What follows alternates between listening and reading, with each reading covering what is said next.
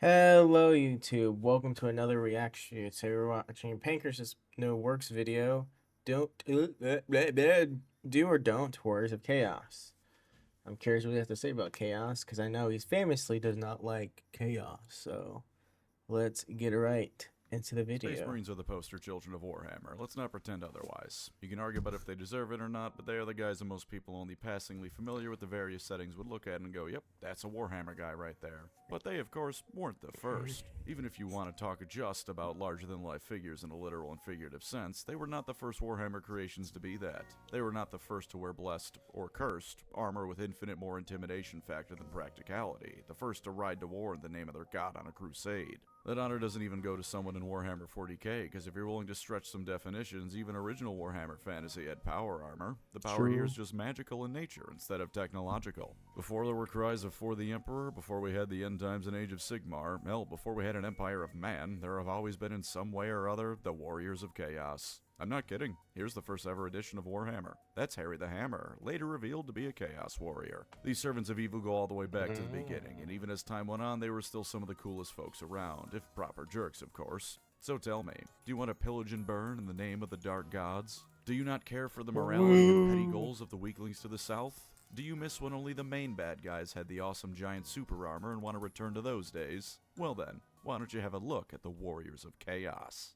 But before I begin, are you perhaps watching this video as you get ready for bed? Well, if you are, have I the thing for you. Manta Sleep, the sponsor of this video. Manta Sleep makes the finest sleeping mask this world has ever seen. For making sure you shut out the world and get the best night's sleep possible, no one does it like them. You want to listen to some music as you sleep? Bam! The Manta Sleep sound mask for all your music and podcast needs. Maybe you prefer a bit of weight on you when you sleep. Well, the weighted sleep mask is a wonderful bit of pressure that helps those who want a bit of that sort of thing sleep like a baby. And for an all-around quality mask, you can't go wrong with the Manta Sleep Pro. It's just an all-around great mask, plain and simple. I've been using the Manta Sleep Silk Mask lately. It's just so soft and still perfectly blocks out all the light you might worry about. I just slap it on and bam, I'm ready for a great night's sleep. 10 out of 10. Look at that beautiful man. And to get yourself one of these fine Manta Sleep masks, I've just the thing for you. Use my link in the description and pinned comment and use code Pancreas to get yourself up to 20% off for the summer night sale. If you spend $105, you get yourself 15% off, and if you spend $165, you get yourself a nice 20% discount. That's the link in the description and pinned comment and code Pancreas for the above deals. You spend a third of your life asleep, so why not use Manta Sleep to give yourself the best night's sleep possible? Let's go. Now then, turn on a Glory Hammer album and get ready to conquer the old world.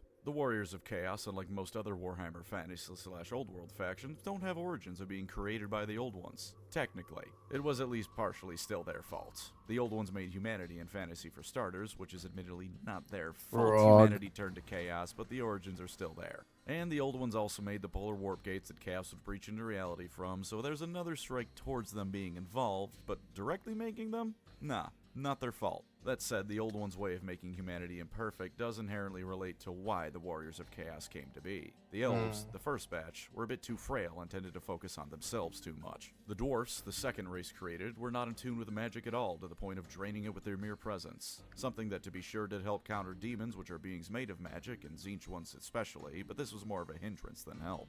Being able to level a county with a spell tends to be more helpful than being able to moderately lessen how charred a fireball makes your corpse after all, and dwarf stubbornness tended to leave them open to being tricked. So third, the Old Ones made humanity. Able to use magic, if not quite as well as the elves, able to handle the material world just fine, if not as good as the dwarfs. On paper, the happy middle ground had finally been reached, but two key flaws were to be found in nascent mankind. One is that they did not have nearly the resistance to corruption that elf and dwarf did. Dwarf's inherent resistance to magic meant that they didn't have to do anything to be damn near immune to chaos, while the elves' natural knowledge of and ability to control magic meant that they knew how to avoid it with ease. Both of these races, of course, have Chaos Worshippers, but those were more often than not explicit choices on their part for the Dark Elves and Chaos Dwarfs, respectively. But mankind could fall victim to the predations of Chaos without having asked for it, becoming corrupted through little fault of their own. And the second flaw was ambition. Likely because the Old Ones wanted to pivot from the Dwarves' conservatism, meaning they'd be perfectly happy if nothing ever changed ever, mankind was made to always want to reach for the stars. The Old Ones figure this would let them counteract Hmm. demon schemes, a more dynamic race wishing to fight to their best and rise to the occasion at all times. This is true, Nice. but the flip side of that coin meant that when the right person was whispered to by the Dark God speaking of how they could achieve endless power if they just sold their soul, the Old One's weapon would turn against them.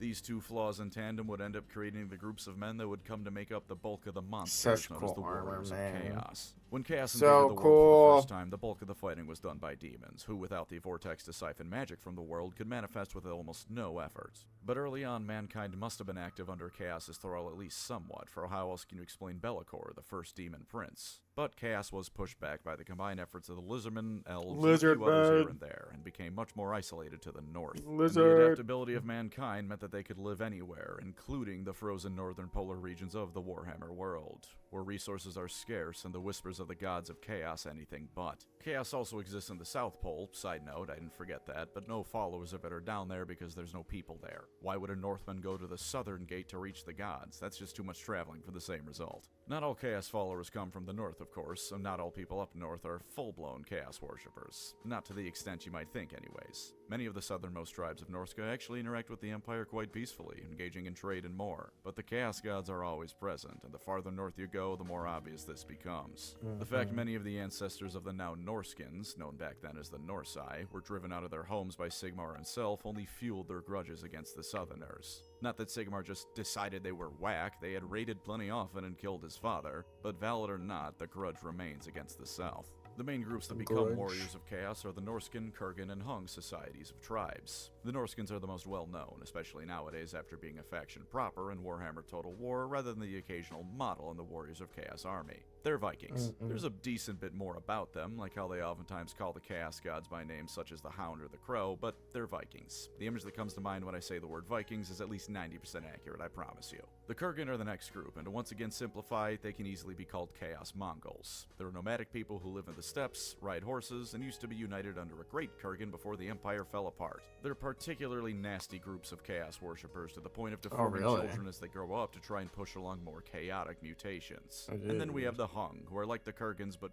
worse. There's nothing redeeming about them, and quite frankly nothing interesting about them beyond the fact the Great Walls of both Cathay and Nagaron were built to keep them out because they suck that hard. You can ignore them safely, because the Kurgan are the cool Chaos Mongols and gave us people like Asavar Kul and Everchosen, while the Hung are bordering on the old pygmy miniatures when it comes to how they're portraying people. Together, Oh, these really? people, Damn. as well as a few others, but they're even less noteworthy overall, form the basis of what becomes a warrior of chaos. But they're not the true warriors, not as we'd see them. They are savage beings stronger than almost any southern human who lives in their soft, weak little societies, but a warrior of chaos is something beyond human. And in the northern chaos wastes, they're born anew.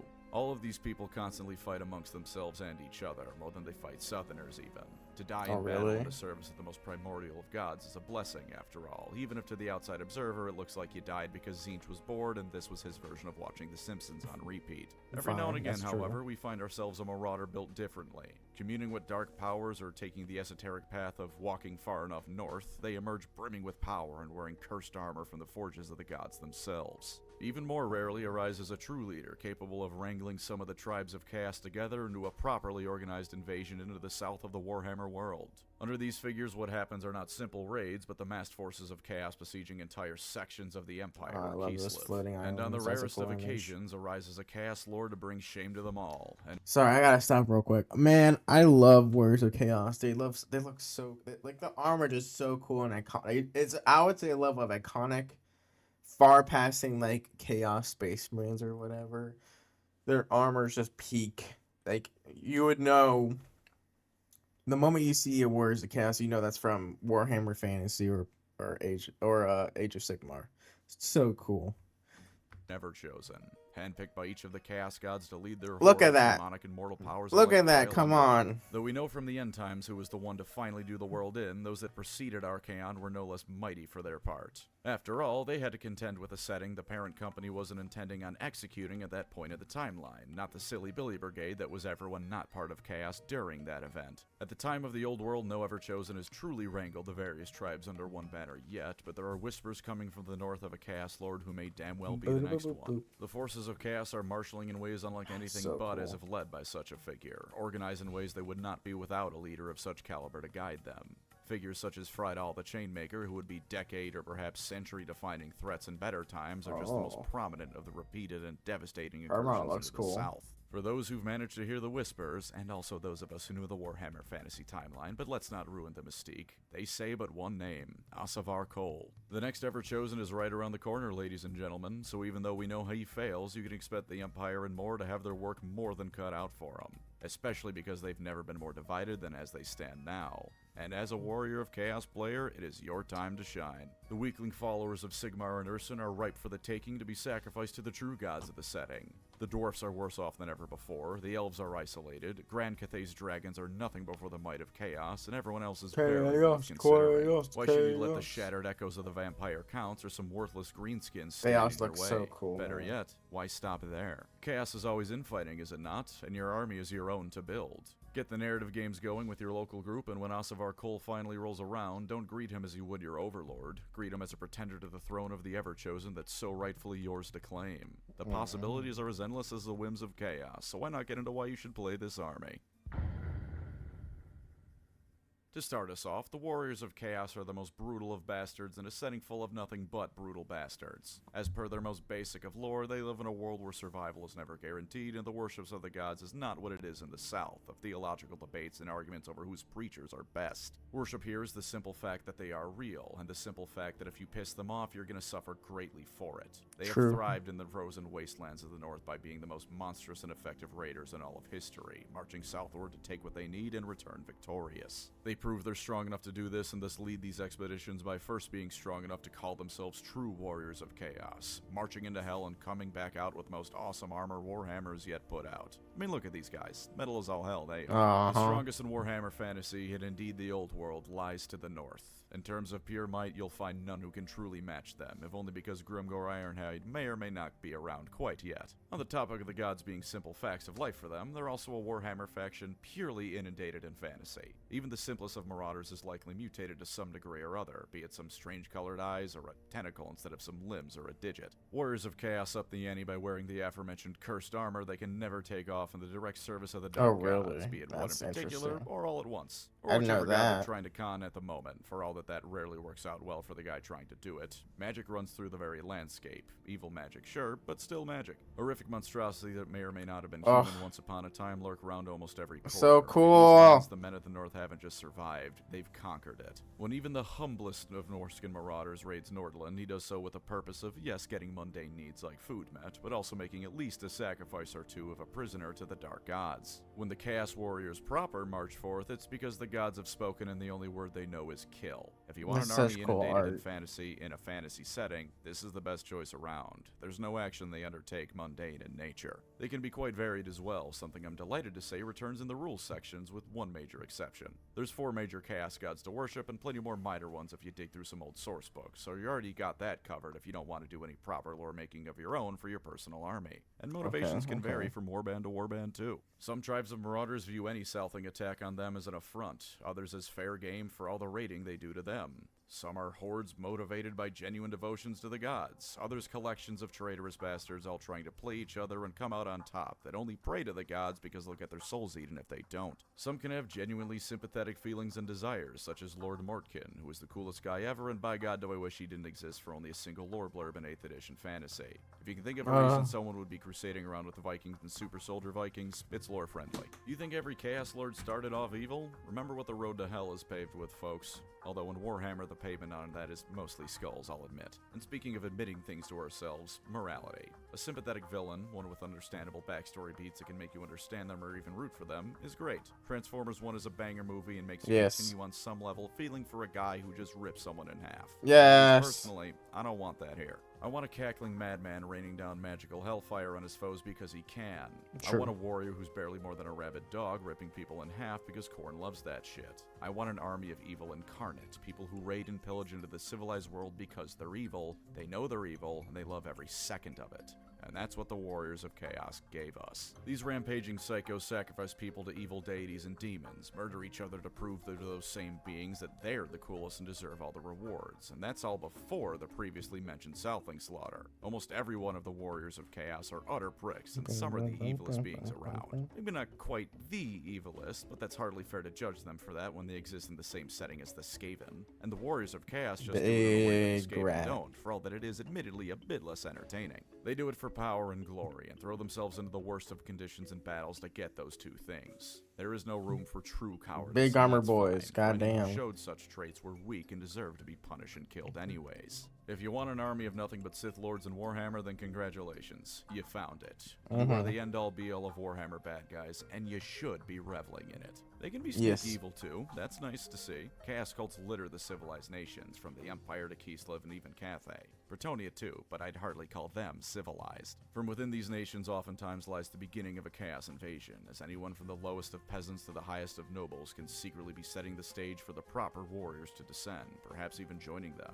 Your warband could easily be flavored like that, especially if you prefer Tzeentch. The cults do some groundwork, cast a portal spell, and then from within an Imperial city emerges a full-on attack force of Chaos Warriors. Sneaky evil can be fun too, and Chaos provides it. The rewards for all this horrid behavior are also unmatched. The morality of those rewards is firmly in the moral low ground, but come on now. Gross, Don't but try so and cool. monologue to someone playing this army about how sacrificing a few 100,000 people to Nurgle is bad. Yeah, dickhead. I know it's evil. I'm gonna do it anyways. What almost every Chaos Warrior desires, either from the very start of their journey or as they progress, is to become nothing short of a Demon Prince. Demon Princes, for all that they get jobbed in books pretty regularly alongside Crater Demons, are basically minor chaos gods unto themselves. They're immortal and almost unkillable, for without some serious heavy-duty divine help, killing one of them just That's a banishes cool them back to the demon. warp for a bit. They can reside in the Demon same realm Prince. as the gods themselves, and perhaps even carve out a chunk of it for their own schemes, and entire warbands will flock to them. Even at just the Chaos Lord step, there are already some of the most physically powerful beings around, commanding legions of underlings. When morality is thrown to the wayside, and with this army, why wouldn't it be? Something close to True. ultimate power is up for grabs if you can just take it. As for who can get these rewards, anyone. The Warriors aren't here to judge you for where you came from, not after you Where? prove yourself at least. Anyone from any realm of Warhammer fantasy can march up north and prove themselves, and if they do so, they'll be welcomed into the Warriors of Chaos. Perhaps not quite with open arms, but acceptance of another competitor in the great game. Gotrek and Felix's first major opponent, or at least what I'd call their first major opponent, was just some lady who decided that, hey, I'm gonna listen to the Cornate Demon telling me to kill my family. Chaos doesn't care who you are, because as long as you slaughter in its name, you too could become a Demon Prince if you try hard enough. And while proper Warriors of Chaos in the Baroque armor tend to work best in large-scale conflicts, the army can do all levels of engagement equally well. Armor's Sure, a band so of a bunch of cool. guys invading a village in nowhere Ostlin aren't going to be gaining much glory, but with the various marauders in the army, you can perfectly justify that battle in lore. It's a small raid to get started on the road to true power. Medium-scale engagements just bring more marauders, and maybe then you can implement some true warriors at that point as they realize all those marauders will attract some good fights. And at the largest scales, when Chaos Lords or even Ever-Chosens are involved, you got nothing but the blackest of voids stretching across the horizon as the finest warriors of the gods make sure their armor is oiled with the choicest of bloods for the grandest of battles. Oh. If there's a fight, then someone from the north will come swinging by for it, be they humble Vikings or real murder Vikings. And last lore positive, you've got the army that helped define what Warhammer is. There's something to be said, I feel, for being what I truly believe to be the fellows that gave birth to even so the Space cool. Marines. Large, intimidating armor that's in no way practical, being worn by followers of gods that don't truly care for those beneath them. Oh, That's that the arm. essence of Chaos and Warhammer right there. So if you want to be arguably the original army of John Warhammers, here it is in all its dark glory. So good.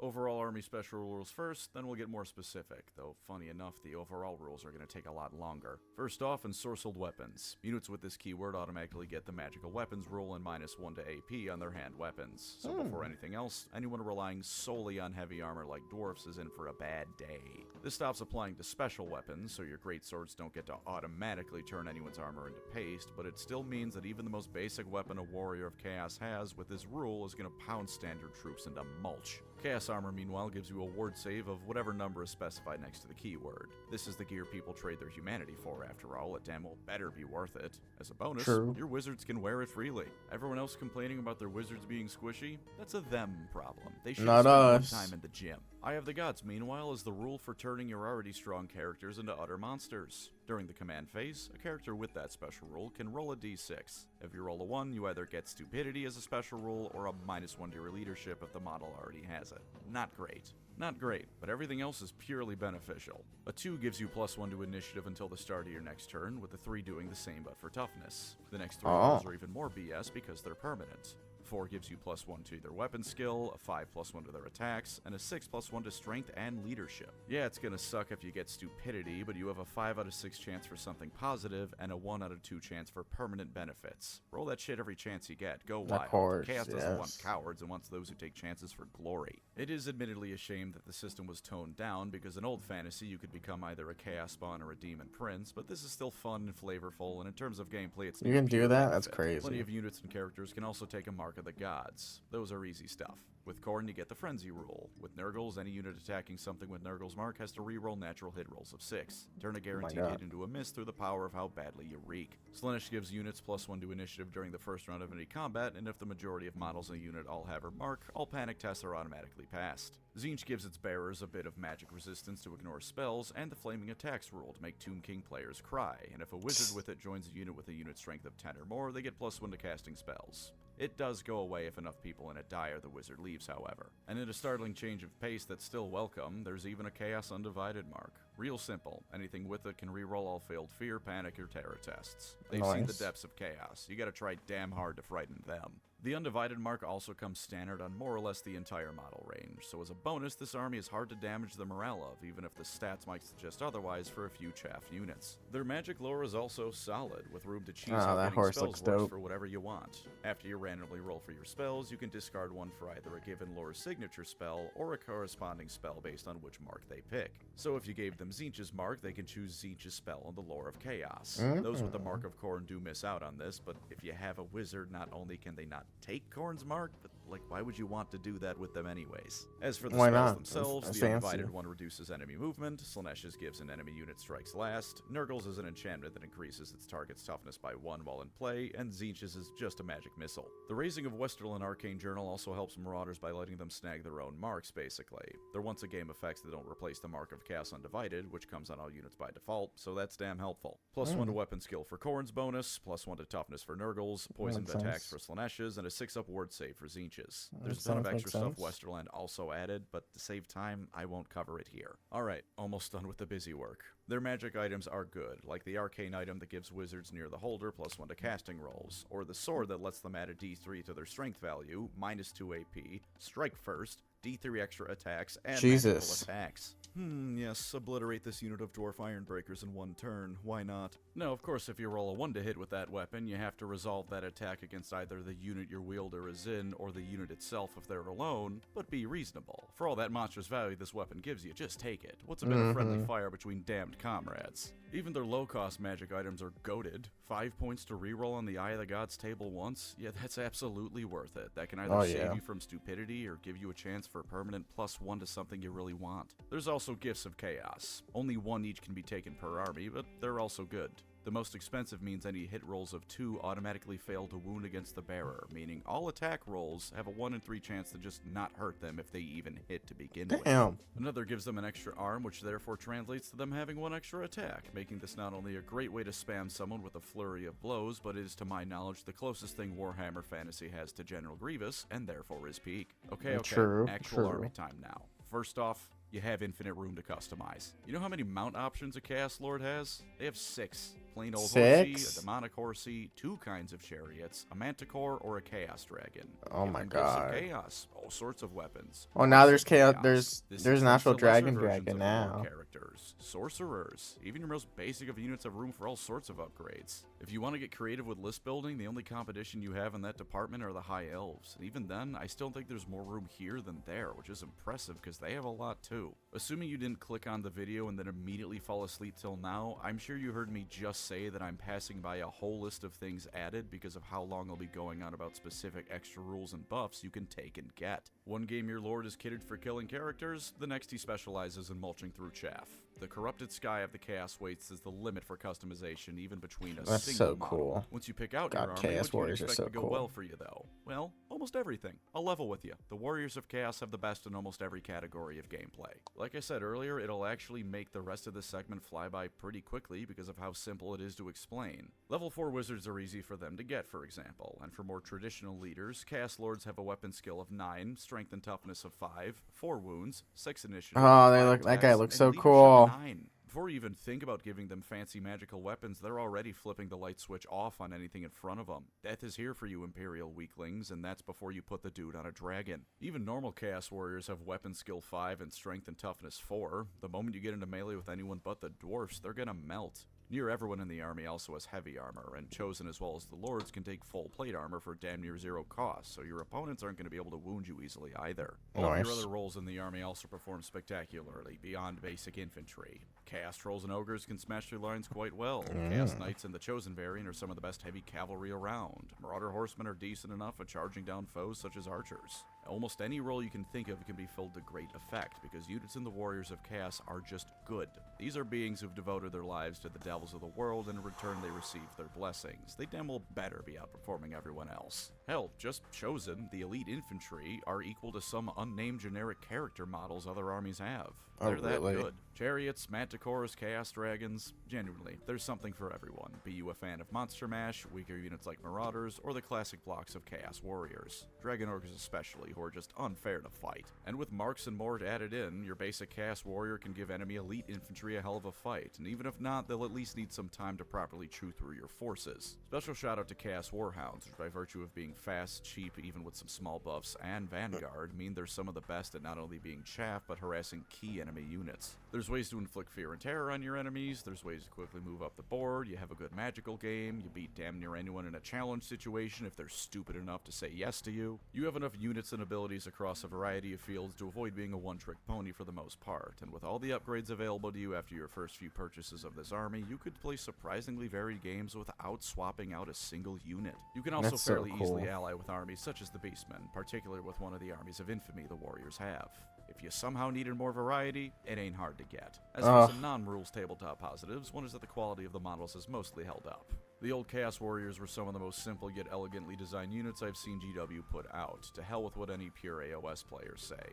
Immediately threatening silhouette with the timeless big evil dark armor, its peak. Others like the Hell Cannon have just held up well, and the Skin Wolves really speak to me. No, I don't have Oh, a the birthday Skin Wolves right look now. I just cool. think they're neat. If you really want new stuff though, the newly released Marauders are phenomenally well done. Perhaps some slight scaling issues when you put them next to the old Chaos Warriors, but I still think they fit in. I mean, And if that's it just the really case bothers of making you, new just stuff. buy the Slaves to Darkness Chaos Warriors from Age of Sigmar and fit them onto the old world bases. It's a bit tricky, especially with the Age of Sigmar Chaos Knights, but that's the price you pay for being a model snob. The Chaos Ogres though are bad. Those could use an update yesterday. And they're one of the cheapest armies to collect for their final positive, though I do have a very unfortunate, if likely temporary caveat to that in the cons. Collecting this army because of how many upgrades you can give even basic units means that by old world standards, you can build out a proper force for far less actual money than anyone else. Slap on a few upgrades here, a few marks of the gods there, and presto. You filled out a 2K list with a dollar amount some other armies would barely be able to squeak by 1500 with, and with far less potential for variety at that. Monetarily and creatively speaking, the Warriors of Chaos are built different from anyone else. It's actually kind of insane. Before the time-honored tradition of bitching about GW's business practices, however, we must come to the more personally time-honored tradition on this channel of trying to frame things that bother me as objective complaints to be had. As always, the most obvious ones first. You are the bad guys. That's it. Even the occasional sympathetic cast character that sometimes pops up is surrounded by significantly less sympathetic assholes who are just plain evil. If that bothers you, then ignore this army entirely. To be honest, if that bothers you, I'm surprised you made it this far into the video, because looking at any artwork of them, it's like, yeah, they're utterly awful. How is this not obvious? That's the fun. But if it is a problem, look elsewhere. As the designated bad guys, however, it does mean that they almost always lose. Now, obviously, that's not totally true in this case. GW for all the end times were atrocious had the balls to do what few authors or companies ever do with a franchise and say, yeah, the bad guys won this one. True. Decision entirely motivated by profit, but it's a win for Chaos. The old world is a prequel setting, though. It's telling the story of how the factions involved hit where they were at in the modern day of the setting. They were still around in the modern day of the setting, which means Chaos's grand invasion lost. It's established fantasy lore by this point, so I don't think anyone will complain too hard, but it does also mean that while everyone else's army gets the story of how they heroically fought back the darkness, you get the story of how your army was either stomped or fumbled the battle at the last hurdle, depending on how the lore is handled. Sometimes foregone conclusions are fun, but a foregone conclusion heading towards the least satisfying foregone conclusion ever can be a bit less fun. That True. and general low-scale plot armor means that all the random nowhere villages you burn down mean basically nothing and will be thwarted later on by the heroes. To put it another way, until the end times you can fairly safely assume your army is probably fulfilling the role of enemy in a Gotrek and Felix novel. And that's Yeah, the worst job 100%. you can have in all of Warhammer. The world may be doomed to you by canon, but for the next few I hundred mean, years that's of your the reality of playing a villain in any setting, right? Is that if you're playing a villain like me, as someone who would be a Tyranid player, or it's not really a Tyranid story. The Tyranid story is technically I'm always winning because there's very few times the Imperium or whoever stops the Tyranids eating a planet. Though this obviously has happened through exterminatus or other means. Um, generally, I'm not like here's a grand Tyranid victory. It's more like, well, we got another planet. Thumbs up. And obviously, there is no story yet for Tyranids. But who knows? We'll see in the future. But even then, like say anything that is an Imperium, very few times we winning, unless it's in a book. But that's the reality. history, so too are all your attempts to do anything meaningful. As much as I was saying the potential for ultimate powers at the hands of your army, most people don't get that. Most warriors of chaos get an unmarked grave in the middle of nowhere, either sacrificed as they war with each other, True. or tossed in a pile after another defeat at the hands of the Empire. The worst off become chaos spawn, those whose Ugh. mind, body, and soul have all been melted like I hate that candle art. wax into the ultimate So meat gross. monster. When you start building your army and give your cast lord all the cool backstory and everything else you can think of, keep in mind they have even less chance of a happy ending than anyone else in this godforsaken setting does. If you like to gamble at all on green, then by all means, go for it. But the price of losing the bet here is your soul literally melting before reforming, melting again, and on in an infinite cycle of hell. Tread Ugh. lightly, because at the end of the day, your forces are nothing but playthings for the Chaos Gods. Less literally damning, but still unfortunate, is the classic villain stick of most of your fighting being internal. Have you ever wondered Yeah. why Warhammer tends to focus on when Chaos is getting its shit together? It's because at all other times, Chaos is less than useless. Cults kill themselves off at a rate that probably gives witch hunters a run for their money through infighting. Most of the Marauder tribes that eventually create warriors of chaos fight each other. Most chaos warriors fight chaos warriors of other gods. The moment you step away from Imperial territory, you're fighting your supposed allies nonstop. Plus, there's something to be said about having something else to fight for. It's why people like the Empire. They're normal people fighting for their country and families. Fighting for nothing but power True. and glory gets old after a while, narratively at least. Not to come across as a total bitch, and I'm sure you can tell from this criticism that I don't run warriors as my main army, but sometimes I want to fight so I can go home and one day not fight. Maybe I want to enjoy spending time with friends Nah. and family that I don't have to worry Fight about till your stabbing me in end. the back, or the front, or the side, or some fourth thing that only works because chaos is nonsense. Maybe I just want to live in a nice house with a nice garden, and not on the doorsteps of hell where the ground is iron and the air is anything from normal air to carbon monoxide to silly string in a given moment. Silly A warrior of string. chaos might start off like this, but by the end of their journey they're just a slave to darkness seeking damned glory, and all they once cared about is a distant memory at most. Not the most fleshed out of characters a lot of the time, unfortunately, for all that they make up for it by being metal as hell. Let's hear it.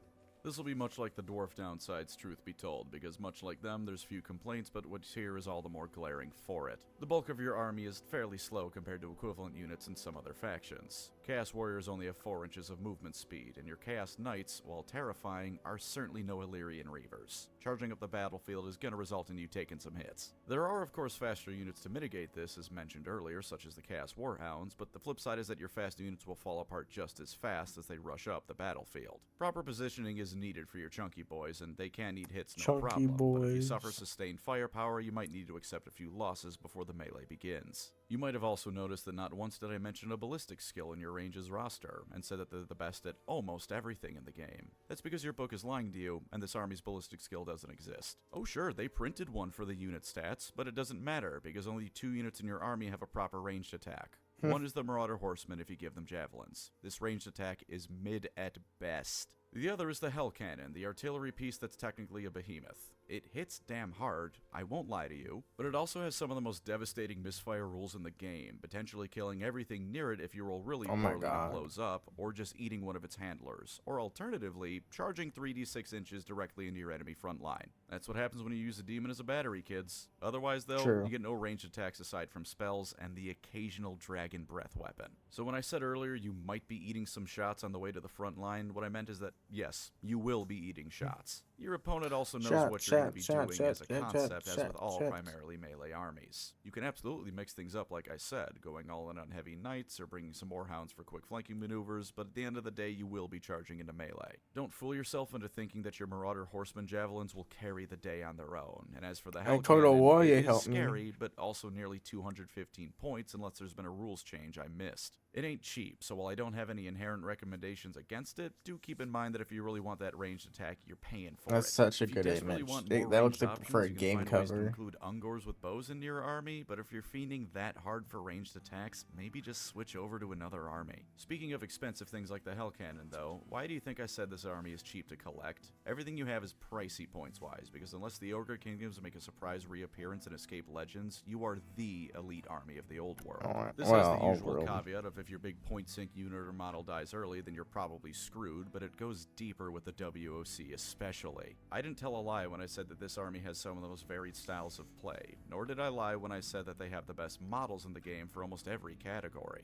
You will almost certainly not get to experience being the best at everything all at once, because to do that, then you'd need a few hundred more points than you likely have, unless you and a buddy decide a nice 4,000 point game is in order. Loading up on Chosen and Warriors means you might not have money for Dragon Ogres, which are just under 60 points a model before upgrades. Giving your Cast Lord all the weapons and gifts and a dragon means you're fast running out of points for anything else, for all that whatever you throw them at is going to explode on contact. Too much chaff likely won't be an issue, because Marauders and Warhounds alike are only 6 points a model, but relying on that too much means less heavy hitters, and you'll never have more expendable units than someone playing Goblins or Skeleton Warriors. Everything you have of proper substance has a cost. Basic Cast Warriors are 13 points a model before upgrades. Chosen are 17, and Forsaken are for infantry a pretty sky-high cost of 19 points a model, for a unit that admittedly can do crazy work. Chosen realistically are 19 points a model too, because if you don't take the plate armor for a 4-up armor save and only 2 points a model, I will physically assault you for making that decision.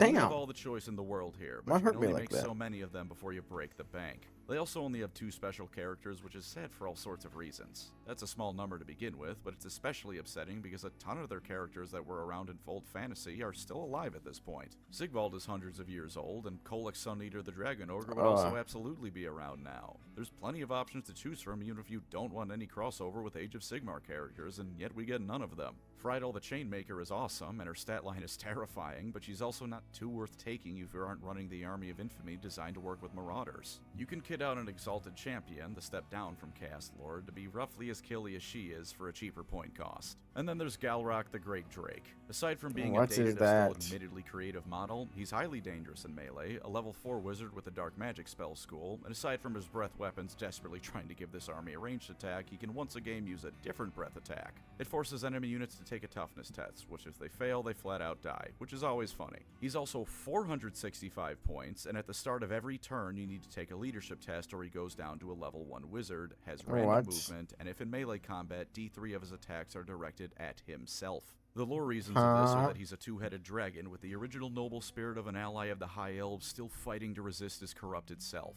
The gameplay reason is eat shit. Thanks for spending 465 points on a model that's actively throwing your game. Yeah, his leadership is 9, so you probably won't fail, but probably won't and definitely won't are a world apart. And the final tabletop problem. The one I mentioned earlier is something I hope won't actually be an issue for much longer than when I'm writing this. Part of the reason the Warriors of Chaos were so easy to collect is that their battalion box was phenomenal. With the chariots, knights, and all those Chaos Warriors, you could collect 1,500 points with minimal issue if you just say your lord is on one of the chariots. I think the first time I made an army list here, I got it to around 1,100 out of that box alone, and I wasn't wasn't trying to squeeze every point out of it that I could. The Marauder Battalion box was also great, giving you all the chaff you could want. Buy both of those, and you're golden. But apparently that was a limited time deal. The Marauder box is gone, as is the basic Warriors of Chaos Battalion box, at least from the web store. Now this in itself sucks, but at least it's something you aren't alone in. I'm fairly sure only the Dwarfs and Wood Elves still have their Battalion box. But there's a new box that came out, or coming out. With them at some point.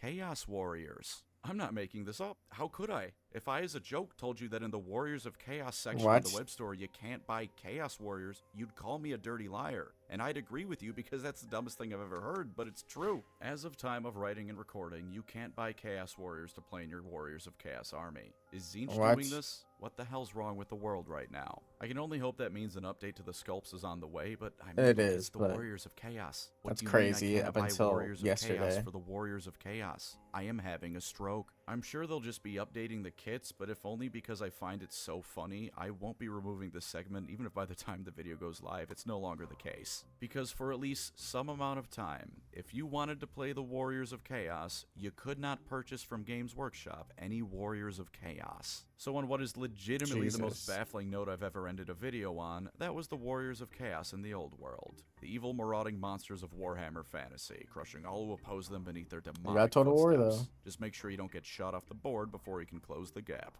Or, that you can buy the goddamn army to begin with, apparently. I think right now, more than any other time, is when I wish I had insider knowledge at Games Workshop, because what the hell. Thank you as always to my wonderful channel members. You are the Chaos Warriors to my Warriors of Chaos, the heart and soul of the channel, even if apparently you might have been a fever dream all along. Seriously, I know I'm stupid, but what am I missing? Buying Warriors of Chaos and the Chaos Warrior army shouldn't be difficult. But either way, if you'd like to support the channel, feel free to subscribe or become a member. Support him. Thank you for watching, and take care out there. Support Pancreas.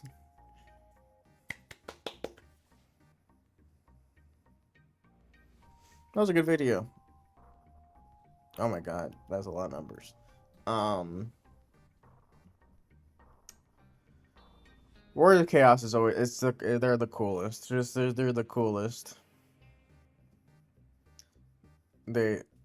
Other than Beastmen caught my eye when I first got into fantasy. At least in Total War. And it's sad that Beastmen got kicked to the curb horrendously.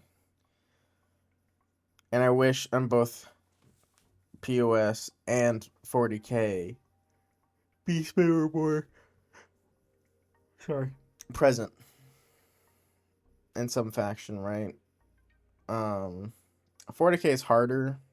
I can only see them doing like the kill team, but I don't know. Hello viewers, I've recently been informed by a friend of mine that they now hesitate to continue watching the end of my videos because there's always some horrendous nonsense there. No. You know what? Fair. I do put the most horrible things at the end. Yes. I gotta filter out everyone who still thinks I'm respectable and clicked off at the member shoutout, you know? Really see who my true fans are. I won't do that here this time, I promise. Instead I will ask you this. Why do you barge into a man's house and criticize the way he arranges his furniture? You don't live here. This isn't your house. I can't talk about what is that? What the fuck is that? That around Grammy Ma, and I would like to not be single at some point in my life. This is the only place I have for that. And you know what? It's my fucking house. I'll plaster the walls in General Grievous yellow. Yes. Wallpaper if I want. Goddammit, this is my channel, and I can try and sync it however I want. Kiss my ass, Aurelia. Oh. Also, thank you for the dice. They're very nice. Whoa. Oh. Well, that was his video. That ending was something. He said crazy stuff. That image was crazy. But thank you for watching. Please support Pancreas and this video and other content he makes. He has also a D&D channel right down here. Please support that too. It's pretty good. I like it. It's a good, especially talks about the old lore. So please, I recommend watching all of Pancreas' content. Support him all of his channels. If you like this video, like my video, but also like his. Thank you, YouTube, and have a wonderful day. See you next time.